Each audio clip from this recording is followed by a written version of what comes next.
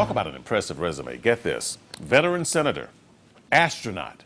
John Glenn was one of the first Americans in space when he launched into orbit back in 1962, and he became the oldest man in the circle of the Earth when he returned to space in 1998. Well, today, at the age of 86, John Glenn is still going strong. He helps oversee a school of public policy named after him.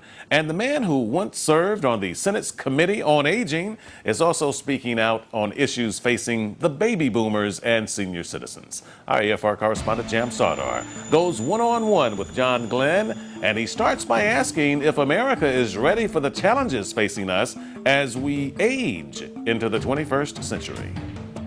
Not by a long shot, we're not ready. We're Social Security, Medicare, those things that have to be funded in the future and are going to be very, very expensive. We're not dealing with that yet, and we should be. I agree with anybody who says that the number one consideration has to be Iraq, because that's where people are being killed every day, or nearly every day. But beyond that, as far as the future of this country is going to be determined more by whether we deal with this indebtedness and the deficit situation than anything else.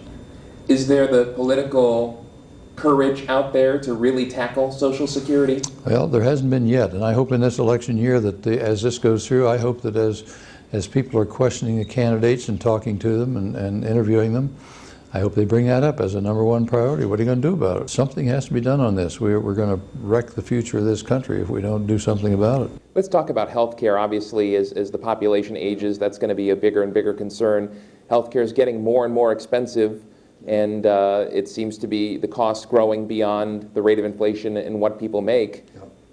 Talk about that as, I guess, another challenge we're going to face as we move into the future and the population ages. That's another one I think that all the candidates should be thinking about, or coming up with some ideas on, or talking about how they would deal with this, because it's not something that's going to go away. Those are areas that, you know, as the boomers come on and retire, the numbers of people that are retired that have to be supported goes up astronomically. And so that's something we have to have a plan for. Let me shift the conversation a little bit to space, another one of your favorite topics. I got the impression from your speech that there are plans right now to build a base on the moon and use that to get to Mars, that maybe you don't think that should be the priority. I'm all for programs like that if we fund them. But great plans without resources just remain fantasies. When the President announced his new vision for space, when he announced that in January of '04, I thought it was going to be followed by an increase in the money that NASA would get to do these new things. Instead of that, they basically said, no, NASA's going to get the same amount of money, but we're adding all this new thing of going to the moon and planning for Mars. Now that to me was a little bit foolish, because what we've done, we had a good research program built up over about 20 years. The last flight that I was on in '98, we had 83 different research projects on that. A high percentage of those were things that dealt with helping people right here on Earth. To start this new idea of the President's off, they canceled that kind of research. And so we don't have that going on now. Now, you talked about, obviously, the importance of the research that's going up on these shuttles, the importance of these experiments going up on these shuttles. You were one of those experiments. Yeah, I was.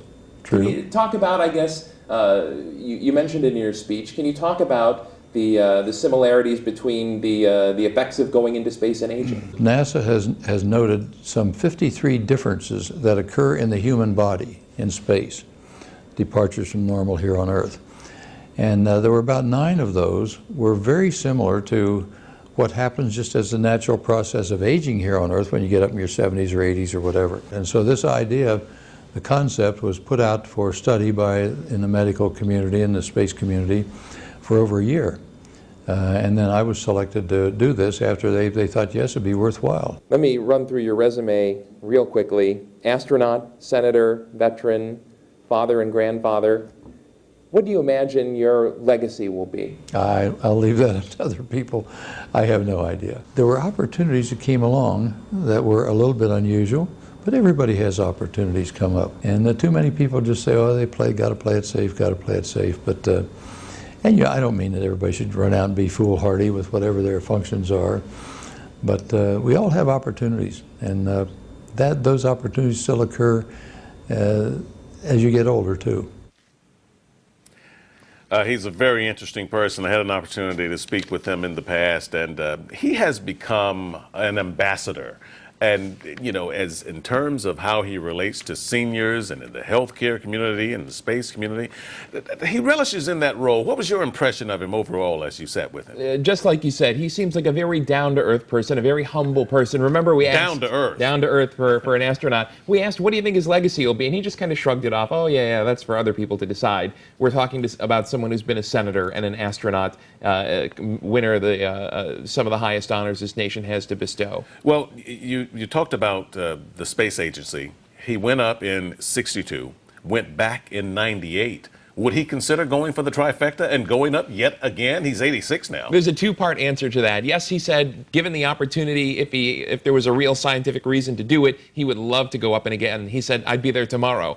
But before that happened, he said, you know, I think it's more important if we're going to study the effects of aging in outer space, it's more important that we send other older people into space so we can build the database. Right now, he's the only person to have done it, and it's hard to get a lot of scientific evidence when you've only had one person go. So he says, yes, we should send other people, but if there was some specific reason that they needed me, I'd do it in a heartbeat. Well, he said he'd go back into space. He's given up his platform in the Senate because he's doing other things now. But if he were to get back on that platform, he'd have a better base, perhaps, to get some of his initiatives passed through. Would he go back into politics? At 86, he wouldn't be the oldest member to serve. He'd be up there, but he wouldn't be the oldest.